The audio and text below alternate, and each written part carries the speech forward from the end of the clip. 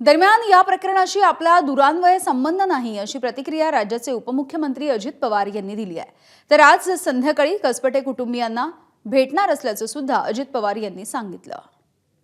कारण नसताना माझ्या नावाची बदनामी करून मला त्याच्यात टार्गेट करतात। माझा दुरान्वय पण संबंध नाही आणि ह्यामध्ये मी काल पण जाहीरपणे बोललो।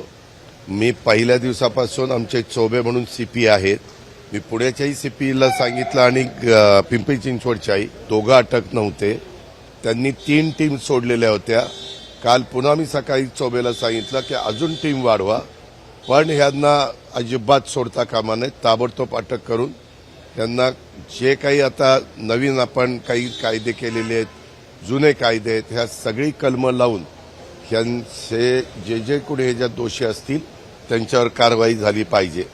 मी काल ज्या मुलीच्या दुःखद घटना घडलेली आहे तिच्या वडिलांशी पण बोललो।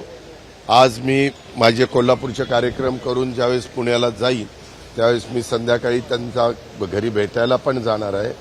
माझे इतर पण सहकाऱ्यांना मी पाठवलेलं होतं, त्यांनी जरा जरी त्या मुलीनं कधी मला सांगितलं असतं किंवा दादा इथं मला असा असा त्रास होतो तर ताबडतोब आपण पुढच्या ज्या काही ॲक्शन घ्यायच्या त्या घेतल्या असत्या।